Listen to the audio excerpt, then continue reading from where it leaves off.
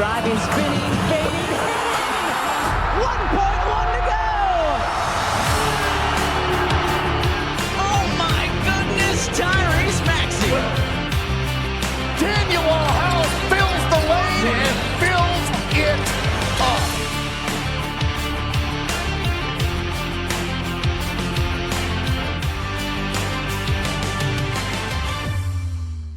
What is going on, guys? Welcome back to the Pick Swap Media YouTube channel. My name is Sean Barnard. As always, today I'm here with my guy Scotty from DSM Media, friend of the channel. Done plenty of stuff together at this point, but it's been a little bit, so happy to have you back on. And Scotty, how are we doing today? I'm doing well, man. I was happy to hear from you that you wanted me to come back on the show. As Sean mentioned, we do a lot of content together, so always great to shoot the talk with the Sixers, man. So I'm happy to be here. Thanks for having me, brother.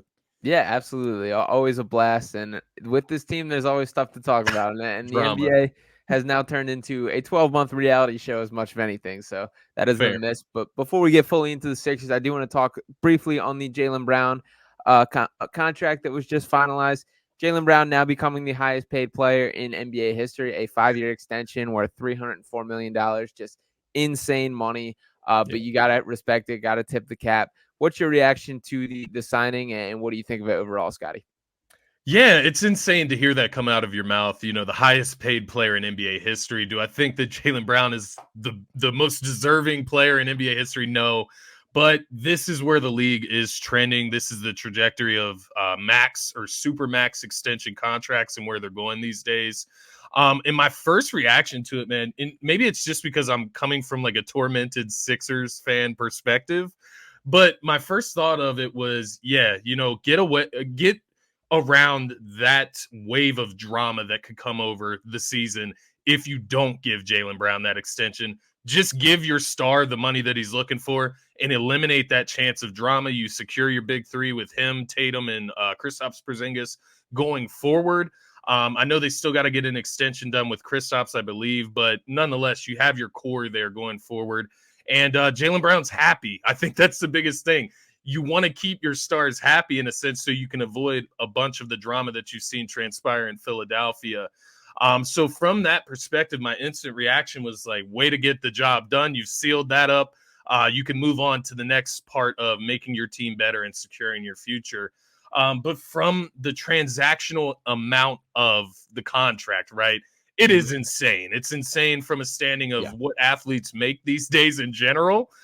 You saw the Mbappe rumored contract from Saudi Arabia, which it's like totaling over $1 billion for 1 year. So this is just where athletes and their salaries are going. It's where it's headed, and it's becoming uncapped. But I thought something interesting to think about with this contract is what Austin Rivers was talking about the other day. I can't remember exactly which podcast it was on, but he was talking about the Dame Lillard situation, the Harden situation, the Ben Simmons situation, and how that affects the NBA.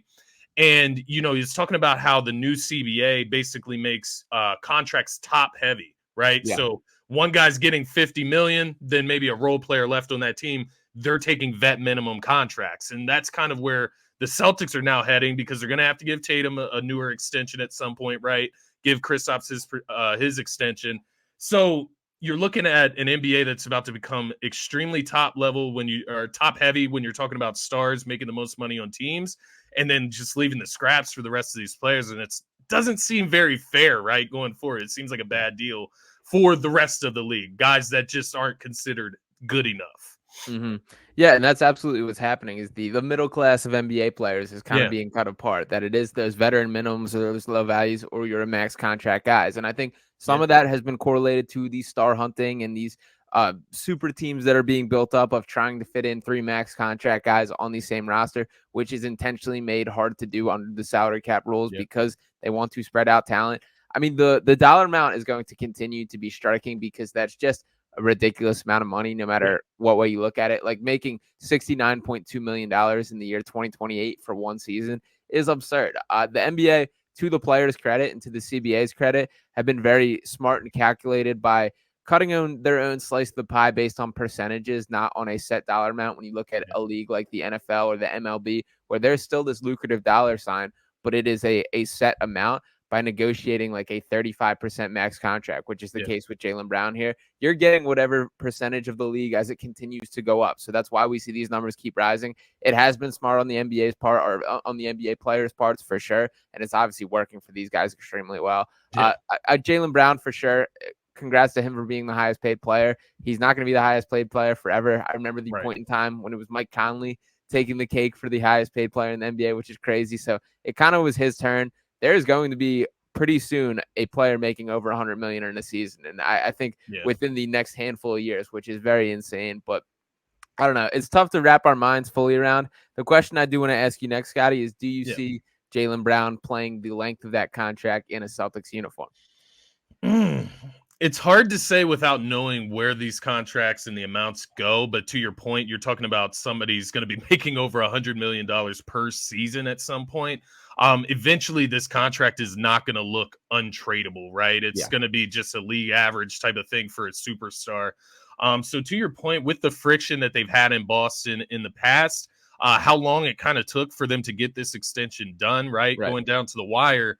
No, I don't see him playing out the length of that contract. I think they end up having to break that Tatum and Jaylen Brown duo up at some point, right? Maybe it's when you give the extension to Jason Tatum for his next contract. Maybe that's when you cross that bridge. But when you look at it, it's make or break. It's win or this team needs to be broken up at this point for this Boston Celtics unit.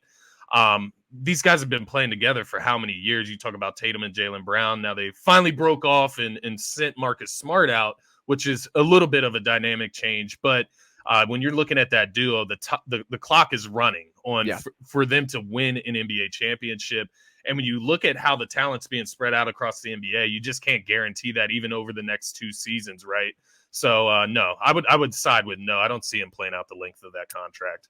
Yeah, I totally agree. I don't see a world where it happens. And this is a trend. And to me, this is much more of an issue than the set dollar amount, is kind of how these are structuring, is these players are kind of getting their cake and eating it too, in the way that there's these rewards and higher dollar value for guys that are willing to stick it out and stick with the franchise that they were originally drafted by.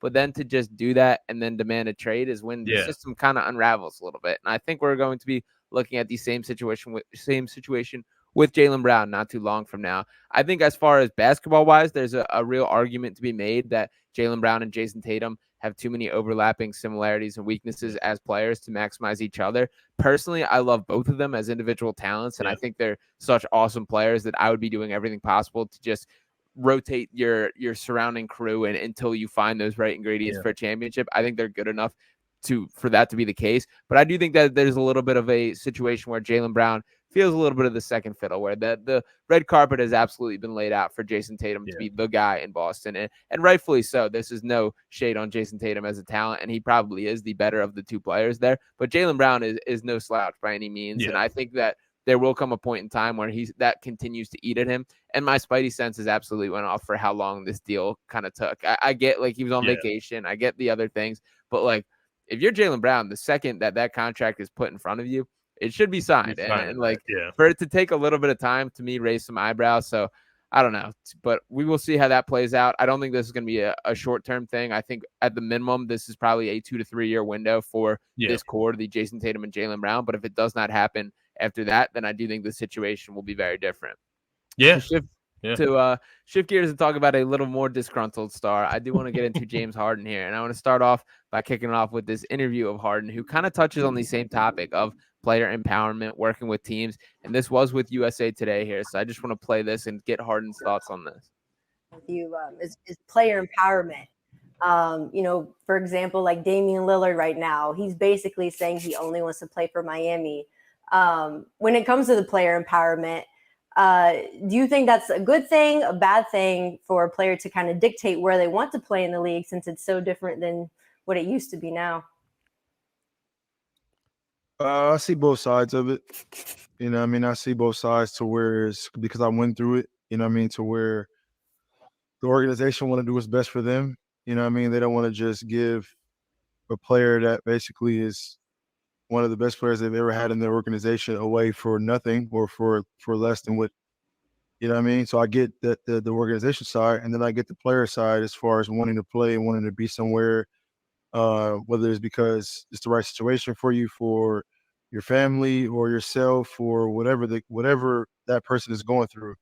So I see both sides. So if they can meet in the middle and kind of come to agreement and figure it out, then that's like the best scenario. You know what I mean? Like I wouldn't want an organization to send someone somewhere where they wouldn't be. You know what I mean? Because you've built a real relationship with that person. That person has done so many great things for your organization. You know what I mean? Your franchise. So, but then you don't want to give that play away for nothing. So I get both sides. So, it just find a balance, meet in the middle, and hopefully both sides can come to an agreement. So, Scotty, after watching that, first, what are your thoughts on James Harden's take on that, and how much irony do you see in him just specifically talking about the Dame Lillard situation as if he's not put himself in a similar boat here? Yeah, I thought it was interesting. Obviously, he's saying all the right things. I would first want to say about his comments there. He's saying everything you would want to hear from a current superstar that's in that situation, and hopefully how he is looking at it from his perspective in his own situation. And when I say that, that's meeting the team in the middle. Now with James Harden's situation, it's a little different just because we don't know who actually values James Harden, who actually wants him on their roster versus the Dame Lillard situation. There's multiple teams that would love to have Damian Lillard, his mindset, his personality, and obviously his skill set on their roster. But when it comes to the Dame situation, he is exactly right when it comes to, getting the value. When you're talking about an organization, when you're looking at the Portland Trailblazers, they have to nail this trade. This is going to make or break maybe their next 10 years of basketball in the city, depending on what they get back in regards of Damian Lillard being traded out. This is the best player, arguably, throughout your franchise's history. So you got to make sure you get the most for him.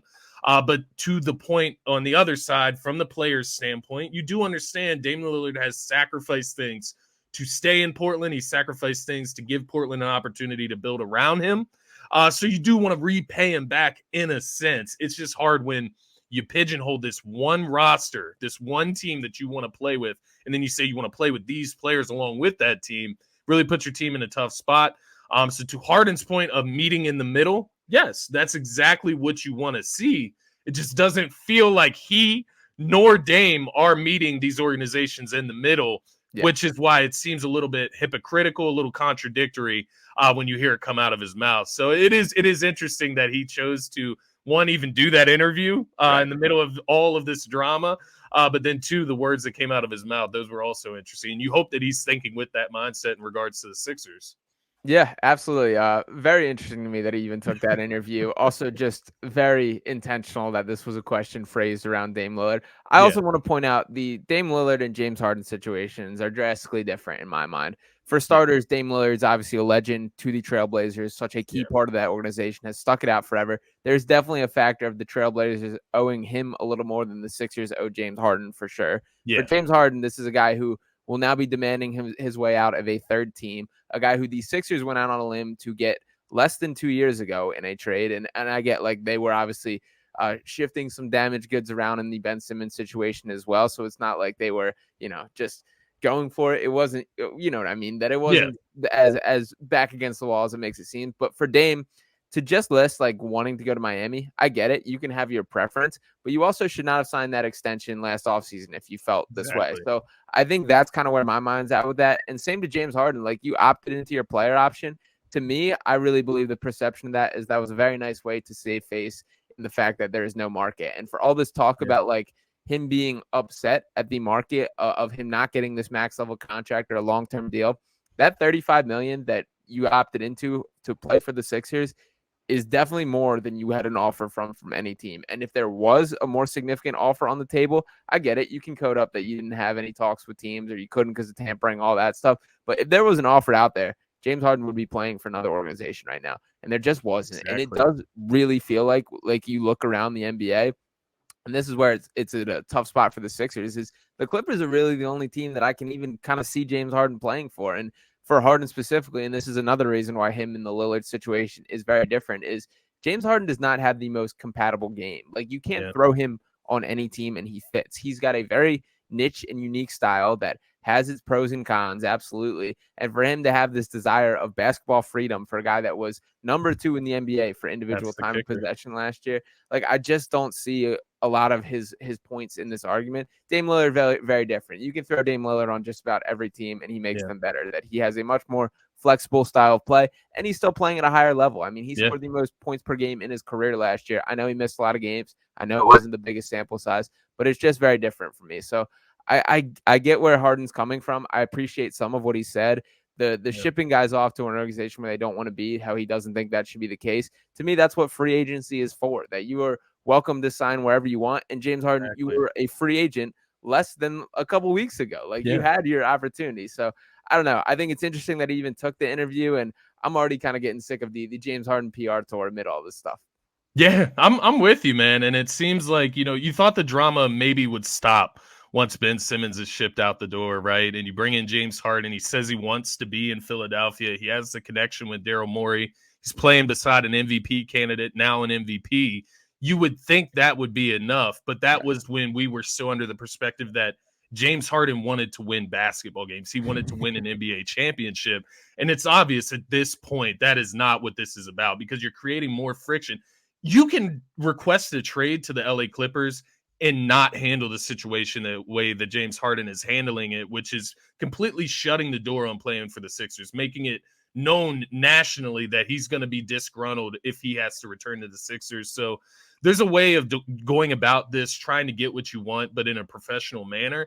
And I think that's where these guys are abusing the system in a sense. And it's ultimately, to Austin Rivers' point from the other day, it is, in a sense, ruining the game of basketball, because if guys start turning their shoulders to these smaller market teams, what are we going to do in the NBA, right? Mm-hmm. Like if Oklahoma City, mind you, they're in a great spot right now, so it's not the best example.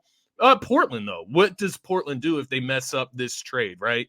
If they don't get a potential star back in return for Damian Lillard, where do they go next? Because people aren't signing up to come to Portland in free agency. Yeah. And if every star that demands a trade in the future says, no way I'm playing for the Portland Trailblazers, what do the Portland Trailblazers do to get talent in there? And at that point, it becomes kind of unfair in a sense. And I hate to use that term when it's, players choosing where they want to go, but it just becomes unfair in a sense to the smaller market teams, man. Yeah, absolutely. And for James Harden specifically, like I can't figure out what makes him tick or what the motivating factor. I agree. Obviously, dollar amount, that's definitely high up on the priority list. And don't get me wrong, I know this is a job, this is their career, that is the goal of this for James Harden, for everyone that works, is it is to make money, to maximize that.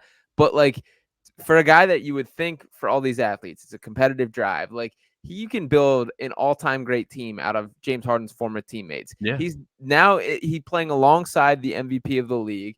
There is no team in the NBA, even the Clippers, that he would have as large of a role on a true contender as he does right here in Philadelphia. And you could make the same debate about Brooklyn and in Houston. If you want to circle back there, that was the time where things did revolve around him, where you tried that outlook, where you were the absolute guy. You had your time to shine. Everything was catered to you within the organization, decisions, all of that. And that didn't last or wasn't enough. So then you wanted to go to these star hopping teams and have guys where you can kind of take some weight off your shoulders on. That's the situation he was in, and he still didn't seem to like it. So I think I'm kind of over trying to figure out what James Harden wants. Yeah. But the bottom line is he's under contract with the Sixers. They have to either find a trade or try and make him come back or whatever the case. So how do you think that goes out from here? Do you think Daryl Morey calls the bluff? Do we see James Harden come to training camp, or is the deal done before them? Based on the reports that are coming out from the Clippers side of things, basically saying they're not even willing to include a player the caliber of Terrence Mann in the trade, it leads me to believe that Daryl Morey is going to call his bluff. We're going to see James Harden come to training camp. I don't know if you saw the report from Brian. I don't want to get his last name wrong. Toparic. Yeah. Toparic. Mm-hmm. The report from him regarding basically if Harden misses, I believe, the first 30 days of the season in the last year of his contract with that said organization, then that organization can basically choose to not let him go sign with another team in free agency. There's a lot more to it, obviously, than what I just quotated there. But looking at that, looking at it from the perspective of James Harden being 33, he's about to turn 34. Only reason I know that, me and him share the same birthday, August 26th. We're both Virgos. And that's when you say you have a hard time understanding how Harden ticks, That's where I come from too, because I would imagine we have the same type of personality, both being Virgos, having the same exact birthday. But no, I can't figure it out. This dude is out partying instead of going to Embiid's wedding, which it's like, how much can this dude party? But that's beside the point. He's in a particular situation where he cannot afford, and this is the part I don't understand from the national perspective, that they don't understand this. He's 33 going on 34. He'll be 35 by the end of next season, right? By the start of the 2024 season, per se, 2024-25. He'll be 35 years old. There's not going to be teams out there begging for him to come sign for 40 million plus per season at that point if they weren't doing that this off season. That's why he opted in, because he did not have a market. Why would that market get better a year after he goes out and slums it up in Philadelphia, doesn't commit? So he can't afford to do that. I think it ultimately ends up with Daryl Morey calling his bluff. And then maybe early on in the season, somebody on the Clippers, maybe, and knock on wood, I don't want anybody to get injured, but Kawhi, PG, they have an injury history. Russ is getting older. Maybe one of those guys go down, they get desperate, and then they're willing to give up more for Harden. I don't know if that will happen, but that would be the cards that I would play if I'm Daryl Morey. Yeah, and we've seen before that Daryl Morey is not a guy that blinks, that he holds the mindset of, I'm winning this deal, I'm waiting out until I get my perceived value. Now, it is different in the Ben Simmons and James Harden situations are different in the way that even that version of Ben Simmons that could, like, coming off the playoff collapse, his value was probably at an all-time low for him at that point in time. But there was still a guy that was a 3-time All-Star, a perennial All-NBA guy at 25 years old. Like, you could squint and kind of buy the dip in him. That is not the case with James Harden anymore. That this is on the decline, heading on the way down. And James Harden was good last year, but he was not. We need to give this guy a long-term contract. That he played his role very well. He had flashes, but it's very clear that he is losing steps. He does not have the burst. He does not have the vertical ability at the rim that he once did. I mean, he dunked the ball 3 times last year. It was surprising every time. Yeah, exactly. But to that same point, like, Daryl Morey has to nail this trade from the Sixers perspective, because they still have the MVP of the league in Joel Embiid. They have Tyrese Maxey, who's essentially the bridge to that next generation. But to contend right now, there needs to be another key piece. And if the Clippers are not even willing to include a Terrence Mann, who frankly wouldn't even be a starter on the Sixers team, like, what are you doing? Like, we're not going to do that trade because it doesn't make the Sixers better. And that was what Morey said when he went on the interview for 97.5, where he said, if it isn't a deal that makes our team better or puts in a position to get a star level player, then we're just not going to do it. So I'm concerned that we are going to be looking down the barrel of another staring contest.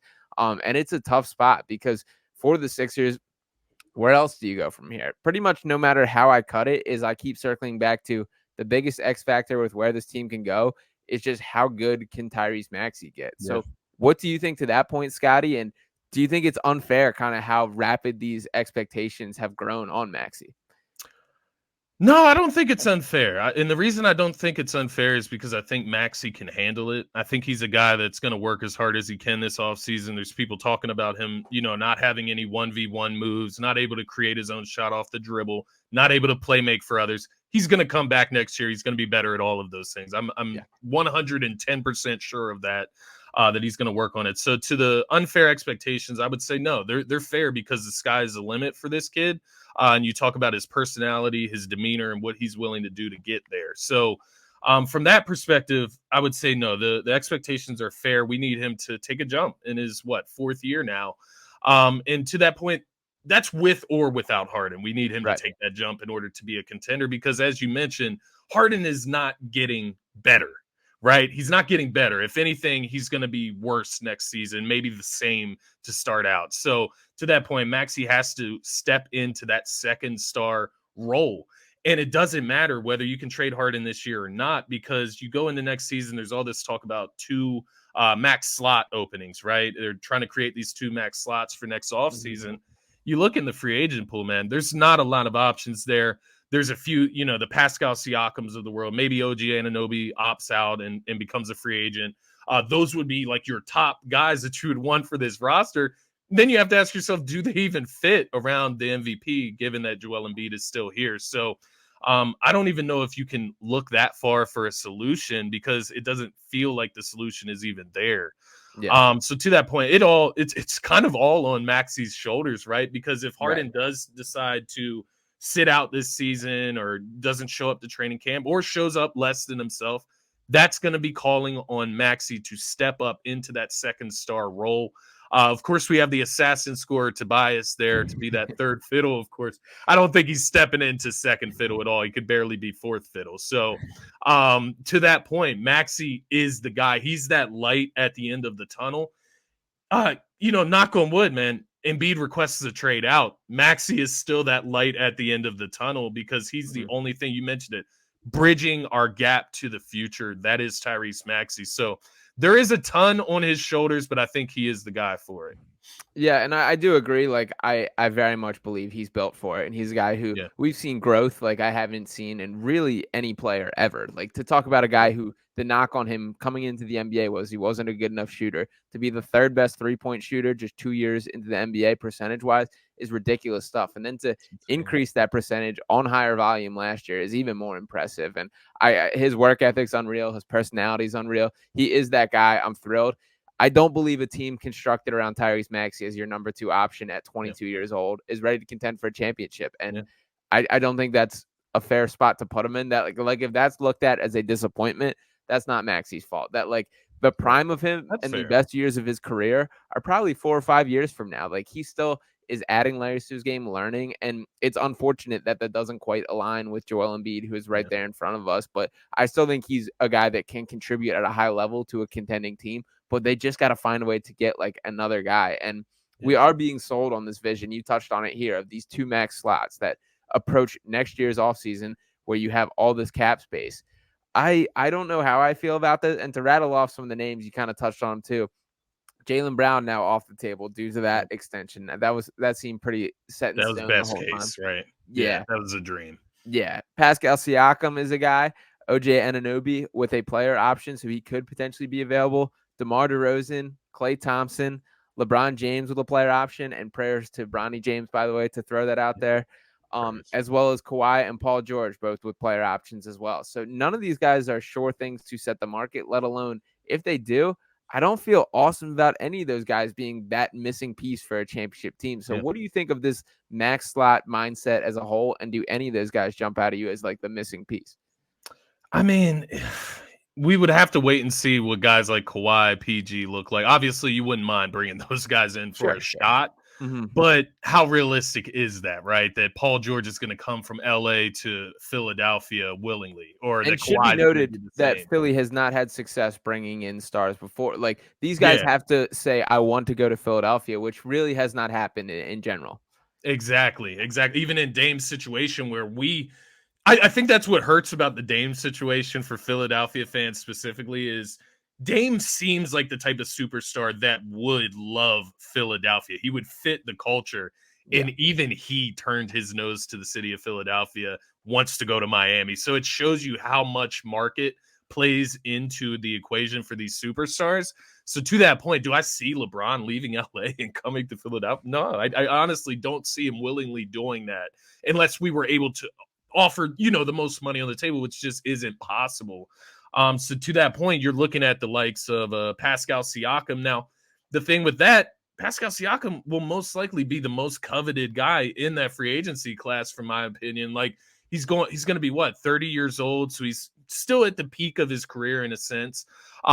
Is he going to pick Philadelphia over these other teams that are also going to throw max money at him? That's the other part of it.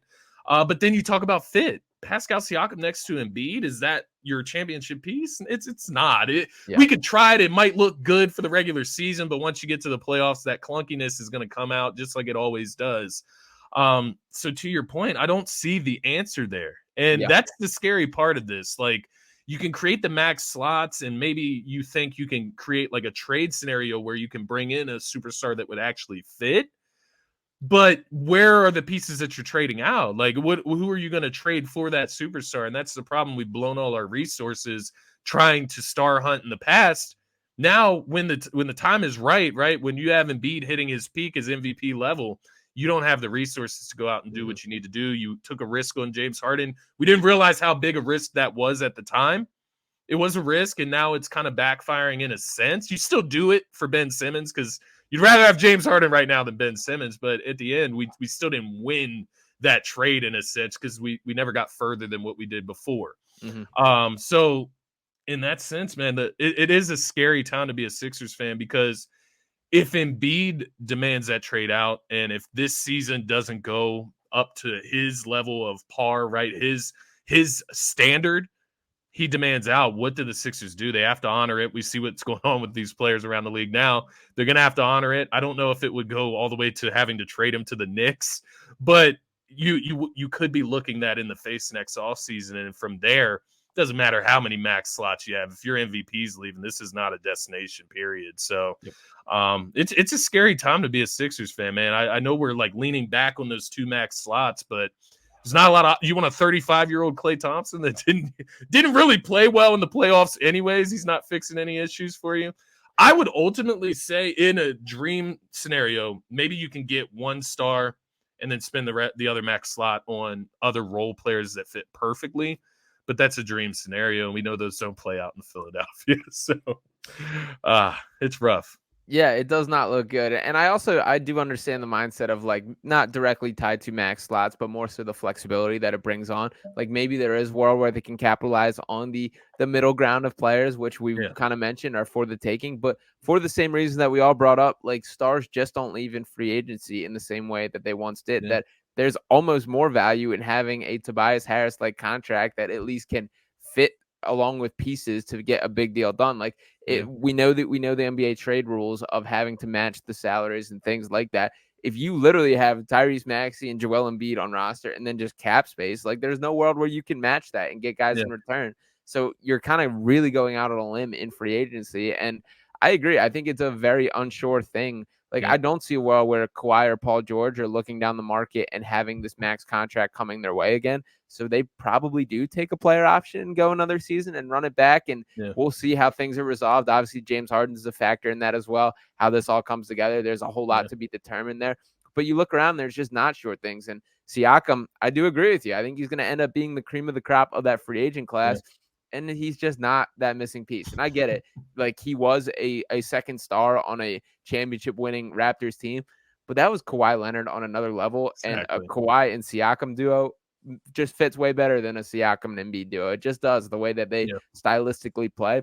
And I frankly am just not a Pascal Siakam guy. I just don't think he is that good. I think he's a fine player. He's a good player, but is he a guy you want as your number 2 option? I absolutely don't think so. So it is scary for how the Sixers sit. I don't really have a great idea for where they go from here.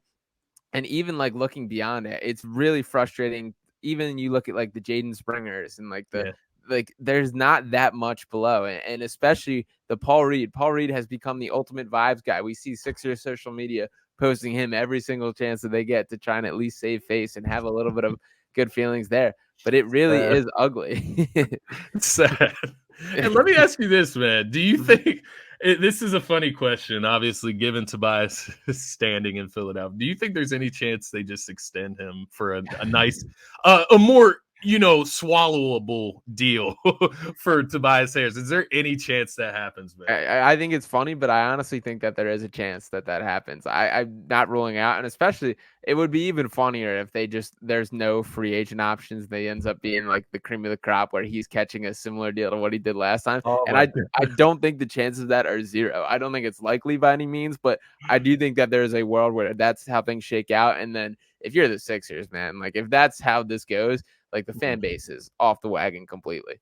Yeah, it's over for it's over for the Sixers at that point if you go that route. Let's just hope it doesn't come down to that. Hopefully we get another outstanding season from Joel Embiid, because I do believe in the sense, like, as long as you can get a plausible replacement for Harden in for this season, you're going to have a chance if Embiid is playing at his highest level in the postseason. I think it always comes down to that. In a sense, you do need the other guys to fill in, right? But Embiid has got to be that MVP level player in the postseason. He's going to give the Sixers a chance. So hopefully, either Harden comes back with the right mindset, or you can get something of value, that is plausible to trade Harden for, and you can put together a nice contending team this year to keep Embiid happy. But It's very grim as far as the outlook. You look at this past season. This felt like their best chance, right? It felt like this was their time to get over that hump, and they weren't able to do it once again, man. Yeah, and Joel is still the talent that gives you a chance to win on an every night basis, that he is that caliber. Yeah. And we are seeing the first, I guess, whispers of unhappiness of Joel. We know the comment that leaked out of him wanting to win a championship, whether it's in Philly or anywhere else, things like that. That does frustrate me a little bit, and I will give Joel a little bit of leeway here in the fact that, like, it was a semi-private event. It was not something. It wasn't him making quite the statement. I think some people are taking it as it was a little bit just a quick blurb taken at something that I don't think he expected to get out. Yeah. At the same time, you have to know in today's day and age that you just can't be saying things like that. But it didn't. Yeah. It's frustrating to me that, like, as much as Joel is correct that these Sixers have failed him in a lot of ways and how they've constructed this roster, we still have not had a healthy Joel Embiid playoffs. We still have not had a signature playoff moment by him. I guess I'll give him the game winner against the Raptors, which was awesome, but that's also like a first round matchup and something that, you know, we want it at the bigger stage and we haven't got it yet. We're still the second round. So he's right to be throwing up blame and being upset, but you were just as responsible as a lot of people involved in this. So I did have a little bit of a bite back there. And the last thing that I wanted to bring up here is we did see the Joel Embiid wedding this weekend. Congrats to him, and both Ann and Arthur looked awesome in all the pictures there. Do you make anything of James Harden not going to the wedding straight up, and anything else as far as who was there and who wasn't? So for me, I'm not going to sit here and judge Harden for like his personal decisions in his everyday life. Like, that's not my place, but I think it has to be something, right? You talk about, or you look at how Embiid has talked about Harden and their friendship and where Harden places within his life of basketball. And there's just no way that Harden didn't get an invite to that wedding. Like, I saw there's some people saying maybe Harden and PJ didn't get invited. They definitely got invited. I think PJ being there with Harden, wherever they were getting those burgers, I think that speaks to kind of their connection in all of this, where PJ probably wants to go with Harden wherever he wants to go, right? To that point, yeah, I think there's a message being sent there, not necessarily to Embiid, but to the public that, you know, this isn't these guys aren't connected by the hip. Their decisions aren't going to be based off of how one guy feels about another player, right? And to that point, he has every right to go out and do whatever he wants to do on a nightly basis, but it's just a little weird, honestly. And it speaks to once again, his commitment to the culture, his commitment to winning, his commitment to teamwork and chemistry. It speaks to that, because at the end of the day, this is the MVP of your team, right? This is the center focal point of your team, and you're not going to his wedding, and instead you're at like a strip club or something getting burgers. Like, that's like I was saying earlier. I don't know what drives Harden to be this like party animal, man. Like, because I went to Vegas for my bachelor weekend, and I came back, I was like sick for a week because I like had a few drinks out, you know, a couple nights in a row. And this man is, you know, about to be 34 years old, just like partying every other night in every other big city, flying private jets to every other place, right? And he's give him credit for what he's doing in that respect, because he's an animal when it comes to that.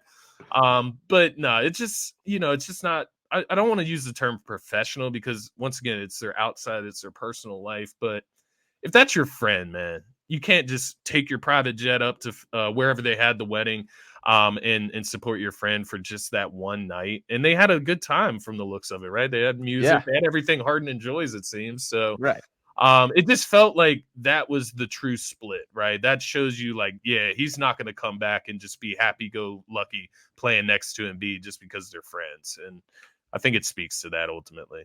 Yeah, I don't think it's something to just brush off. I will say I think it had much more to do that Harden didn't want to be there rubbing shoulders with Daryl Morey and Elton Brand than for Joel specifically. But at the same time, that's not an excuse for just passing up a guy that should be a guy that Joel has referred to as his brother, and a guy that Joel, out of most of the teammates he's had, I've seen way more affection that Joel has showed to James publicly.